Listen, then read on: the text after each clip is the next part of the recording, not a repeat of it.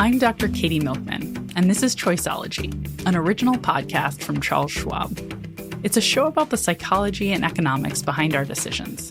We bring you true and surprising stories about high-stakes choices, and then we examine how these stories connect to the latest research in behavioral science. We do it all to help you make better judgments and avoid costly mistakes.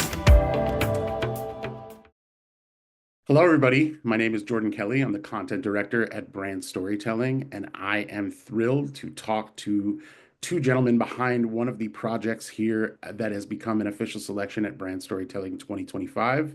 The project is Choiceology with Katy Milkman from Charles Schwab. It's a fantastic podcast that's super interesting and has done a really, really great job of finding a way to deploy storytelling for an educational benefit that doesn't necessarily travel in quite the straight line you might think. That intrigue and that interest that certainly was awakened in me when I listened to it is something I want to get into with these folks today. I'm going to go ahead and let them introduce themselves, and then we'll get to chatting. Andy, if you wouldn't mind starting. Well, thanks for having me here, Jordan. I'm Andy Sheppard. I'm a co-founder of Sequel. We're the production company that's working with Charles Schwab on Choiceology, and I've been working on the show since 2018, Matt, I think. Yep, day one. Been a while. Been a while. And I'm Matt Booker. I work for Charles Schwab. I'm a senior manager in the marketing department in our internal ad agency called Creative Center. And I've been here 8 years, like Andy, since day one when we were working on the strategy for Choiceology, going back to maybe even late 2017. Yeah, right. Fascinating, awesome, and really wonderful that you've had a run like that, because I think that isn't terribly common, but definitely inspiring and certainly needed, I think, in this particular space that we're discussing today. So I kind of want to ask a high level question for you, Andy, which is why podcasts for you? There's a lot of entertainment to be made out in the world. There's a lot going on. We know this has been a burgeoning space and is a huge space right now, but it can also maybe feel crowded sometimes. It can also feel difficult to stand out in. I'm so curious to learn why you've decided to invest your time and energy in this space, and maybe what that has to do with your background. Well, I come from a music background and then made my way into radio with the national broadcaster in Canada for a bunch of years. As podcasts were starting to become a thing, like on CBC Radio, we had some of the earliest music podcasts that were available, and that was sort of the first wave. And then in 2015, I connected with a gentleman by the name of Steve Pratt, who's really well known in the podcast space, and he was doing some really fascinating. He and his team were doing some fascinating work around trying to teach brands to think like media companies, to provide material, content, entertainment, education that people would want to consume, to be non-interruptive. So unlike a commercial, not to interrupt your experience, and to hold people's attention for a good period of time. And so once I sort of saw these insights in action, we had a number of early successes with these podcasts. Start to recognize that this is a space I wanted to work in because it allows for tons of creativity. There's a low barrier to entry, but you're right. It is a crowded space because of it's a low barrier to entry, but done well, it can be really effective in connecting brands with listeners, can be effective in, telling stories, making things memorable. So I think that's probably in a nutshell, why I came to it. Fantastic. It's great to learn that you connected early with Steve, and that Steve. Steve is a brand storytelling community member, and has done a lot, I think, to educate members of our community around the benefit and value of podcasts. So happy to find that connection there. For Matt, I want to ask you. That's so interesting. I wasn't aware or familiar with the department that you live within at Charles Schwab, and that does some of the lifting on this question that I have for you, which is why non-interruptive, and specifically why a podcast for Charles Schwab. Clearly, there's already some attention paid to this idea that a department or an org can exist within the larger org that's focused on something slightly different than the traditional marketing path. So maybe you can tell us a little more about that, and then also how you arrived at this idea of wanting to get into a podcast. Yeah, it's a good question. And like Andy said too, thanks for having us here today. We really love the show and getting to talk about it. So this is great. Um, Schwab being a big, organization, when I started, had already created a podcast, and I think this was about 9 years ago. And it was like you would expect from a financial brand, about finance, and it was about investing, and it was about a lot of different topics for a lot of different people, a lot of different audiences, and there wasn't a really great strategy. And to Schwab's credit, they decided to shut it down and create a strategy for something new.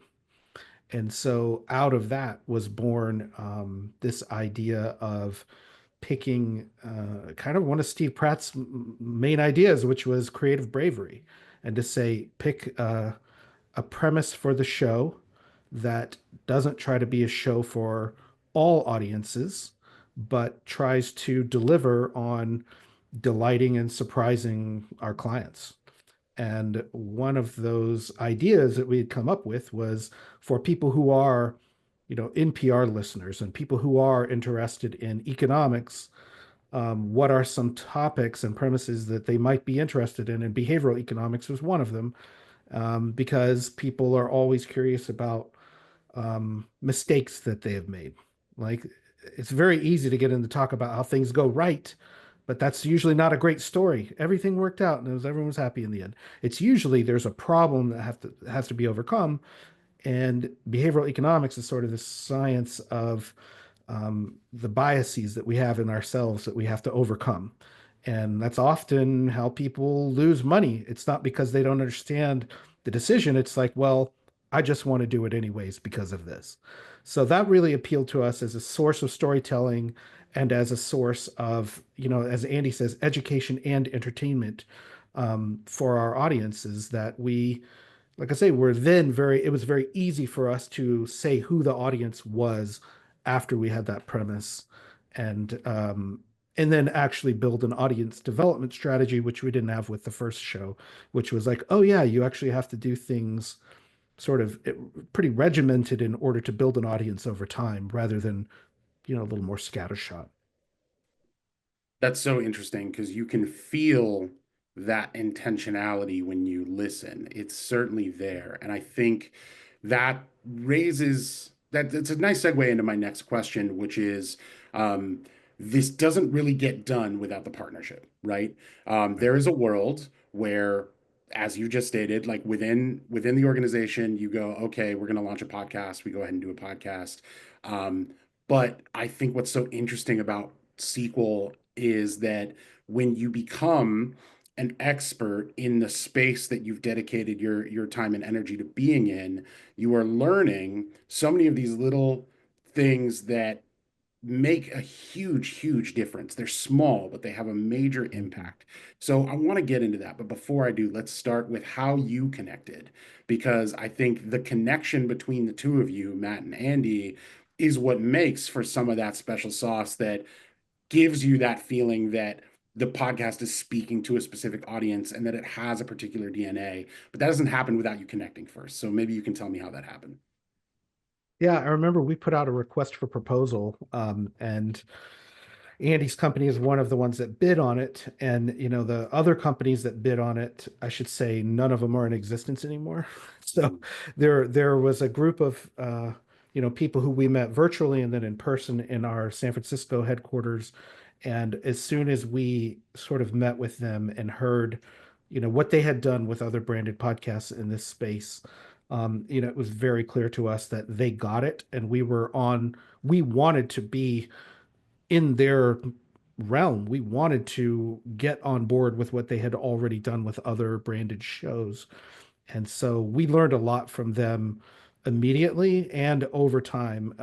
That whole team is just fantastic and really does rely on people being nimble and able to say, you want to do a show on behavioral economics? We were going to go and research it and create something that's amazing and make sure it matches all of your sort of business goals, and then creatively make a show that is super fun to listen to. So that partnership is absolutely key from the very beginning. And like I say, we just seem to be on the same page, I would feel, Andy. Well, and I think too, uh, I mean, a big part of it in the early days was sort of building trust. And for us as the production company, really diving into understanding the challenges and the opportunities inside of Charles Schwab. Like one of the reasons why we were looking at behavioral economics instead of a rung down into behavioral finance, or more specifically, finance related podcasts, is because there are compliance and regulatory issues that we have to, be mindful of. And that can get in the way of some of this sort of creative bravery that we were really trying to advocate for.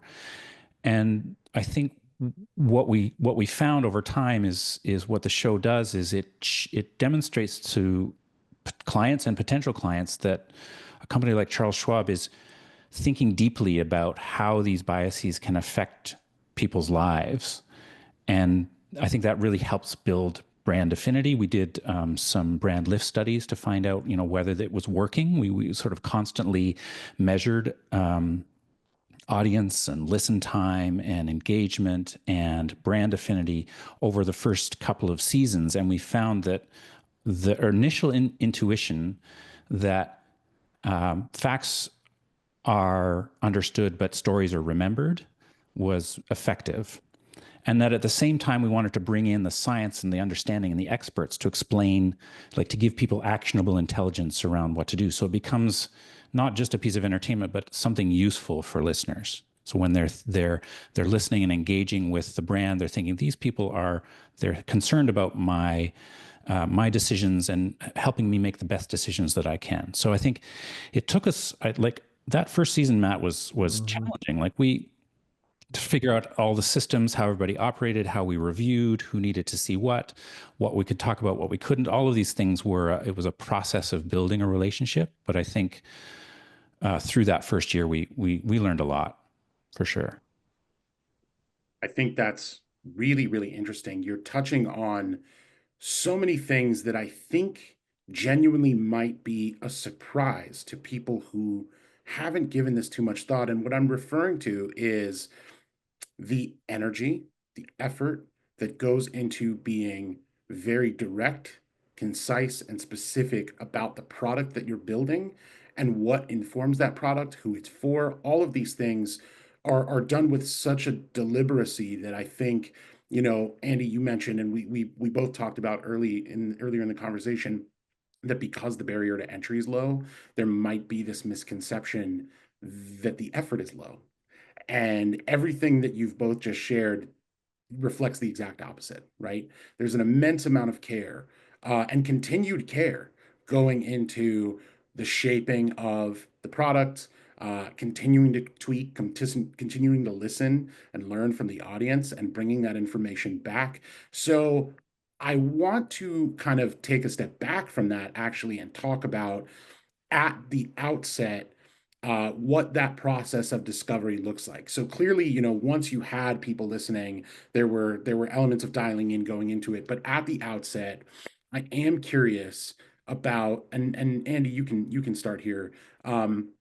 You can even make this general about what sequels discovery process for any podcast looks like. But I'd also love to hear how it relates specifically to putting this particular podcast together. I think we often come at these challenges, opportunities with a couple of things in mind. One is, what is the problem that we're trying to solve for? Sometimes we phrase this as, what is the job we're hiring the podcast to do? And I think in the early days, we were trying to understand how this would be helpful both to Schwab and to the audience, like trying to like have the Venn diagram where the audience and the brand are in the same area and there's a mutual benefit. And I think part of that was sort of discovery. And I should also add, like, we had for our first season we had Dan Heath as a host, and then for subsequent seasons Katy Milkman, who's a professor at the Wharton School, and they both brought a particular. Katy has brought a wealth of connections and understanding in the behavioral science field, and we're constant. I think, Matt, you probably find this as well, that we're constantly learning. There's new research, there's new information that we can sort of bring to bear in telling stories, in helping listeners make better decisions, in understanding their own fallibilities. So I think I'll go back to your initial question. Is like, what are we looking for in those early days? Is one, I think, is what's the problem or what's the job we're hiring the podcast to do? One, how do we work together? I think that's a huge part of it. It's like understanding, because every client that we work with has a different process, different personality, different approach, different values. So a big part of it is that early relationship building and just trying to understand how it's going to work. And then as much as possible, and we don't always get it right, is to make it as easy as possible for our clients. Because it's a heavy lift to make a podcast like this on both the production side and the sort of ideation and review and conceptualizing and all of these things and fitting it into the Schwab ecosystem. It's a lot of work. And so trying to make our part as easy as possible for the client is, I think, a big part of it. Yeah, and Andy, another, I'm glad you brought up the host, because they're part of the conversation all the way through, as is, other producers that we have. So we have resources. We've committed to this show and to, other shows too, but a chase producer is key. Usually we'll have a chase producer that will say, we're going to do an episode about overconfidence. Go find us some good stories that illustrate this concept. And so that might be, there's 3 or 4 stories that get filtered down to 1 or 2. There's maybe a couple of preliminary interviews with guests. Is this a good story that actually illustrates this? And often we are looking, is there a sort of, light touch on that could be connected to a financial idea? That's not a blocker for not doing a topic. But when we're looking at potential episodes, we often say, well, people who are overconfident, for example, make mistakes when they're trading stocks, or people who are overconfident, or people who, have fallen into this mental trap of the effective fallacy, do X, Y, and Z with their money. So we do think about it farther down, what I would say almost like the brand funnel. But this is a very broad top of funnel show that we're trying first and foremost to make pleasant to listen to and fun and entertaining, and good sound design and all of that. So the process does start with, like, well, one, I should back up and say the premise of the show. Once we put a lot of work into what is this show, I think it became easy to come up with episode ideas because there was a formula. Once we had that formula, we had a ton more episode ideas than we could ever produce. Once we pick an episode, like I say, there's a chase producer who will go and find stories. There's an academic interview that our host will provide or do, and then a lot of editing, a lot of attention to the transcripts and all the little pieces around the episode that, one, like Andy says, make it fit into, I said brand, like, make it fit into our brand, our ecosystem, on, in Schwab's world of marketing to our prospects and clients. So you're right. It is a commitment for our, our creative bravery begins and ends with, are we committed to promoting the show, to having people whose full-time job is to make sure that it is good? And the answer for us has been yes, and it's been worth it. That is so interesting. And I think there's something to be said about making a commitment as a company to have that built in on your end, because I don't necessarily know that that's the way it's done everywhere, right? I think a lot of the time there is this idea that's born in a brand, and then either one of a few things happens, right? One is, let's take it all on ourselves, and maybe it doesn't go that well because it's not coming out of a dedicated department, or it doesn't have individuals who are trained in that space. And Again, we've kind of touched on this. That's understandable because people assume that they can kind of just jump in with both feet and get after it, and that's not always the case. The same happens in brand film. Folks in a marketing department might be like, well, we make ads all the time. We can go ahead and make a film. Right. And they're completely different entities. So the fact that there's an acknowledgement internally there is already something super fascinating. And then there's this other element of, you're shaping what can and can't be included or incorporated with that eye on the funnel, but making it accessible. Something I wanted to add was, Andy, you mentioned this idea that the subject matter itself is dealing with this top level idea about decision making and not necessarily the next rung, which is this financial decision making. I think what's interesting to me as a listener is, I am somebody who makes financial decisions every day, and that is entirely relevant to me. But maybe it's not necessarily something I seek to listen to while I'm, say, putting my dishes away Right. or winding down at the end of the day. Whereas keying into some of that information that comes at me a little more like a general interest thing for an NPR audience has that appeal, has that, but you're still getting that message in for Schwab. And I feel like that delicate balance is really interesting. And you've spoken to this already, but I'm curious to hear from both of you really about, how that's continued to develop with your back and forth, with that decision making, with the story finding and all of that, how that's continued to inform the episodes that have followed from the initial Can beginning. I add one point to this in Please. that I can't remember how far into the process it was, Matt, but with the early success of the show, the folks at Schwab who are smart started to build podcasts that were sort of further down the funnel, that were dealing more specifically with financial decision making, were dealing more specifically with the markets, and that they've built a whole ecosystem of podcasts. And that, I think, is a mark of the success of the overall strategy, is that you have this show that appeals to a broader audience, that's more generally about decision making in life, and it's entails storytelling. But if people are interested in digging deeper into how these types of biases can affect their financial decision making, Schwab has the place for them to go and to do that, which I think is a really great strategy. And it leverages this larger general audience to an audience that is engaged even more deeply with the brand. Right. And Andy, if you remember, it was actually in season one where we had all of the sort of calls to action at the end were go read this article That's right. online if you want to know more. Well, guess what? Someone who's listening to a podcast, they might be on a treadmill, they might be mowing the yard or walking the dog or driving. They're not going to pause the app, Spotify or whatever, and then go open a browser and find this article or even click on the show notes. They're not going to go read that. They want to listen to a podcast. So after season one, we switched the strategy and said, if you want to know more about this, go listen to our other show, Financial Decoder, which digs a little more into the financial realms of these biases.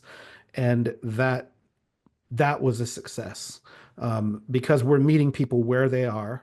They're already in the podcast app. They're probably a podcast fan. And many of them are power users who they get most of their education from non-traditional sources, which are often in the podcast app. And so that was a big success for us, was to sort of move people down the funnel a little bit towards, that show has Choiceology is a very light brand touch, right? It just barely even says Schwab once in the whole episode. The logo Schwab is very small at the bottom. Further down the funnel, that show is hosted by a Schwab expert. We do talk about money and investing and strategy and finances. It is very clearly a Schwab produced show about money. And like Andy said, we've got other shows that are, more financial planning, more about what's going on in the markets right now, more what's going on in Washington, what's going on, blah, blah, blah. But moving people farther down where they are, again, that's a little different. Like you said, Jordan, no one wakes up and thinks, I'm going to watch a 30-minute ad about a financial company. That's very unappealing. I don't do that with any brand. But there are some brands that have said, hey, we're doing this thing with this, professor, and it's interesting. The first episode is about the Battle of Midway, and you get people who are interested in all these different topics. So it was really almost like a Trojan horse model where we could sneak in other ideas. And how savvy of you to deploy the brand recognition and association with Schwab when it's most valuable, right? Right. Because if this is the high level version, maybe I'm not making the direct correlation between what I'm learning and the brand association here. Right. There's more of that happening maybe with the host, with Katy and her credentials and things like that. You're going, okay, I'm listening to somebody who knows what they're talking about. And so, as you said, Matt, later down the line, well, now I'm listening to somebody who knows what they're talking about, and it's a financial expert, and I'm seeing that name in bold, and that is the association I'm making now. That's an incredibly smart move for how to deploy that brand name recognition and that value. I want to take a step back to something that we talked about that I'm really interested in.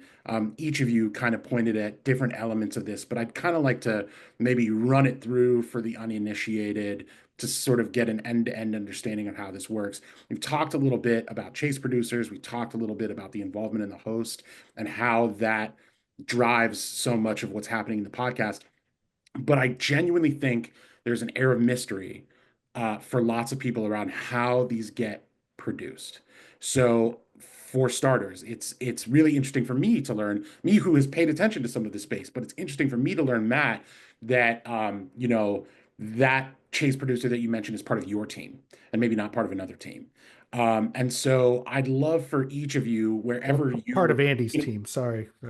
Oh no. Okay. Well, understandable. Okay, good to know. Well, this is why we're talking about it, so that folks can get educated on this. There's something to be said for not necessarily having a ton of transparency or folks talking about how something at this level and of this quality gets put together. So I'd love for our audience to kind of maybe build the step by step.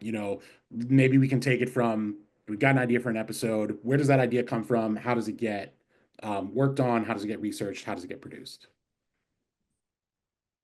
Do you want me to? I can start with that. Go ahead, Andy. Go ahead. Yeah. So, because we're in this process right now, and it's always an interesting one because it's always very nebulous at the start. We have a list of topics that we've talked about in the past, or that Katy, our host, has proposed, or that someone on the Schwab team has proposed. We sort of compile a list of potential topics, and then we go through this mental exercise of determining whether it's a topic that people would find useful and interesting, whether or not there's a sort of financial decision-making connection, and whether or not we can sort of imagine there being a kind of, I call them archetypal stories. Like you can imagine where this particular behavioral bias might have an impact in the real world in a dramatic or interesting or surprising way. Then, once that list is narrowed down a little bit, then we go out and do some sort of preliminary research. That is looking around to see where stories like this might exist in the world, which academics might be able to speak to this. And sometimes that proves fruitless. We don't get anywhere. We can't quite crack the nut on some of these topics. But eventually we get to one where it's like, okay, I have an idea. This is an idea about how this could be told in a story, and then we look for those stories and we find a great story. Ideally, we find a great guest, and then a chase producer on my team reaches out again for sort of usually like a pre-interview to see if they can tell a good story, if they agree that their decision was affected by this particular bias, because so many decisions are affected by many different variables. And so it's whether they sort of concur that yes, I was over optimistic about how much I could achieve in this endeavor. Then we do the interview. So we plan an interview and we do the interview, and then we edit the interview. And sometimes we do the academic interview before or after. And then we write the script around the assembly. We do an assembly of the episode. So we cut the story, cut the interview, try and build a kind of interesting cold open.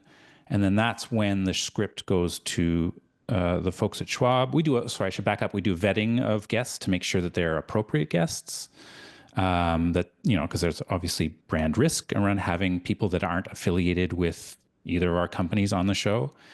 And then once the assembly's done, we write a script around it, and that goes to Schwab for review. And I have to say, the Schwab folks come back always with really interesting insights around not just, I don't think you can talk about this particular thing, but, oh, I'm really interested in this part. Can you elaborate on that? Or can we focus more on this? Or I'd like to know more about this particular part of the story. Or I don't quite understand what you were saying here. And it's super useful to have them as a sounding board.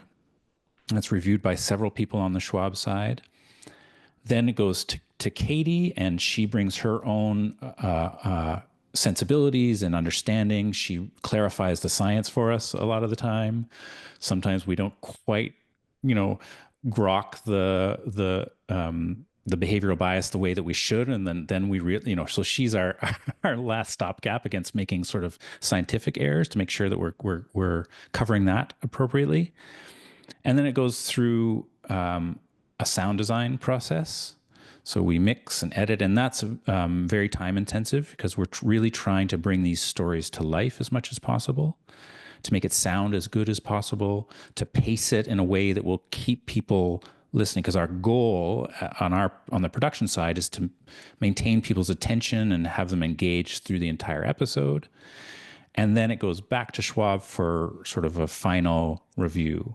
I think that's pretty much the process. Yeah, a couple of things I would add there, Andy. When you were talking about guest vetting, in the early days, we leaned on this pretty heavily, especially when it comes to politics, because we wanted to, one, not do anything super political that would alienate half of our listeners, and also, do brand risk from, looking at this person. Have they been on our competitors' podcast from talking about, oh, you should do, the X, Y, or Z with your money, and we're having them on here. Over time, Andy and his team have gotten so good at vetting the guests that, like, by the time they come to us, they're already like approved. And the other thing, when he mentioned sort of the rough draft of the script coming over to us, we do have someone here at the Schwab Center for Financial Research who is an executive who is also an expert in like behavioral finance and has published, articles on behavioral finance. And his input is super valuable, and is, like Andy says, is often just like, maybe we should have asked this person this, or we could add this, have Katy make a note to say X, Y, or Z. So editorially, the amount of care that we put into the script, the better the episode. Yeah. It's interesting to learn that that's, where those collaborations live. And I think that's why it's so important to kind of lay that process out for people to better understand. Andy, I want to double back to something you said about sound design, because I think another thing that I think is lost on people is how labor intensive that is, how much time, energy, and effort goes into the craft of sound design. It is a really immersive experience in a way that I know is not easy to achieve. If it were, more people would do it, and That's they do right. it well. So I'm glad that you gave mention to that, because I think it is something that is really strong about this podcast in particular. And that kind of gives me the opportunity to segue into a comment I wanted to make that I want to flow into a question from Matt, which is that, something that's so excellent about this podcast is its ability to sit alongside a library of other podcasts for the average consumer and get picked up and included in their routine listening, in terms of its subject matter, its quality, and its artistry. I imagine that has yielded a relatively positive response, or at least I should hope. And so, Matt, I wanted to know, from a Schwab perspective, what are you seeing in terms of a response, especially, maybe even from its beginning through now, or whatever segment you'd like to focus on. What kind of response are you seeing to the podcast? and I kind of want to put an addendum on that as well, which is like, how are you seeing that play out, maybe even internally, at Schwab, internally and externally? That would be my question. How does the brand feel, and then how do general audiences feel from your point of view? Yeah, that's a good question. I mean, our sort of success metrics are, qualitatively, you can see the reviews on Apple Podcasts. People love it.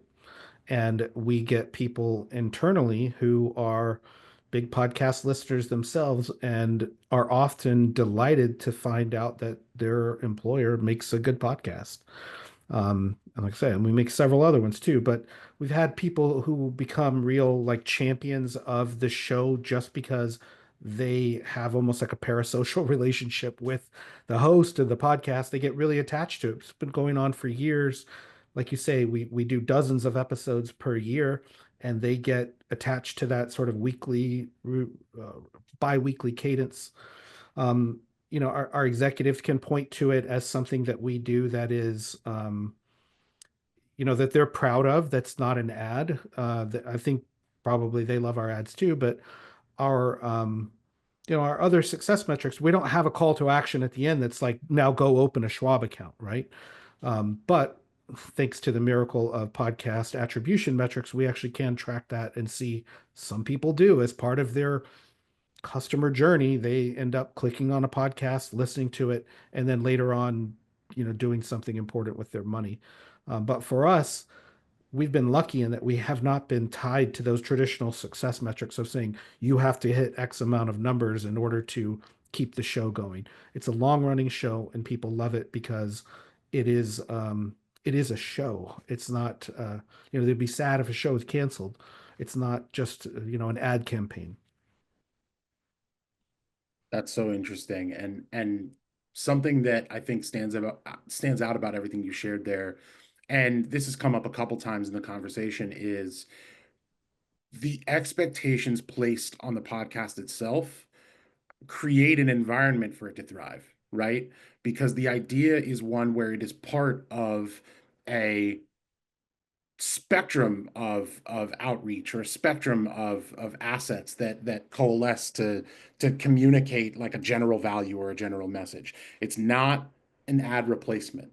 It it belongs in tandem with ads. It's not a replacement for the additional podcasts. It goes in tandem with the other podcasts. And so having the ability to build out that sort of 360-degree approach with all these different assets and everything playing its role lets this one breathe and live in a way that is really rewarding, and is certainly why it's wound up, being spotlight here at Brand Storytelling. Because at the end of the day, brand storytelling isn't anti-ad, we're just pro-story, right? And so it's the things that work to create brand lift, brand affinity, by creating an opportunity to engage with meaningful, educational, and informative storytelling that really, it stands apart, and this certainly does that. So I appreciate you commenting in that way and giving that feedback on how the brand itself feels. We are almost out of time here, but before we go, I do want to ask you both, um, just maybe to provide a comment on how you feel about this space. You've each been in this space for some time now. You've watched it change and grow. Um, Podcasts, I feel like, are more discussed than ever before. And yet, there is a lot that remains unknown and unseen about them. The kinds of podcasts that have gained popularity, maybe don't necessarily even align with, the values that each of you uphold. And maybe the values that brands seek to uphold when they get into this space. So if I had one question that I'd ask you here at the end, it would be to maybe find what you might be able to impart to an audience of brand storytellers and their partners who are looking at the podcasting arena, projecting their own storytelling goals into the future, and thinking about how they might approach this space. What might you share with them if they're looking ahead at where podcasts are headed, especially for brands looking to maybe communicate their own values, tell their own stories, or support a podcast? Yeah, that's easier said than done. That's a big question. I think what I will say is that because I've been involved in the podcasting space for a number of years and seen quite a lot of change. A lot of companies come and go, a lot of podcasts come and go, styles of podcasts coming in and out of fashion. The move to always on, the move to video, all of these things are sort of functions of a morphing, adapting, changing industry. But at the core, there's always room for quality. There's always room for good, compelling human stories.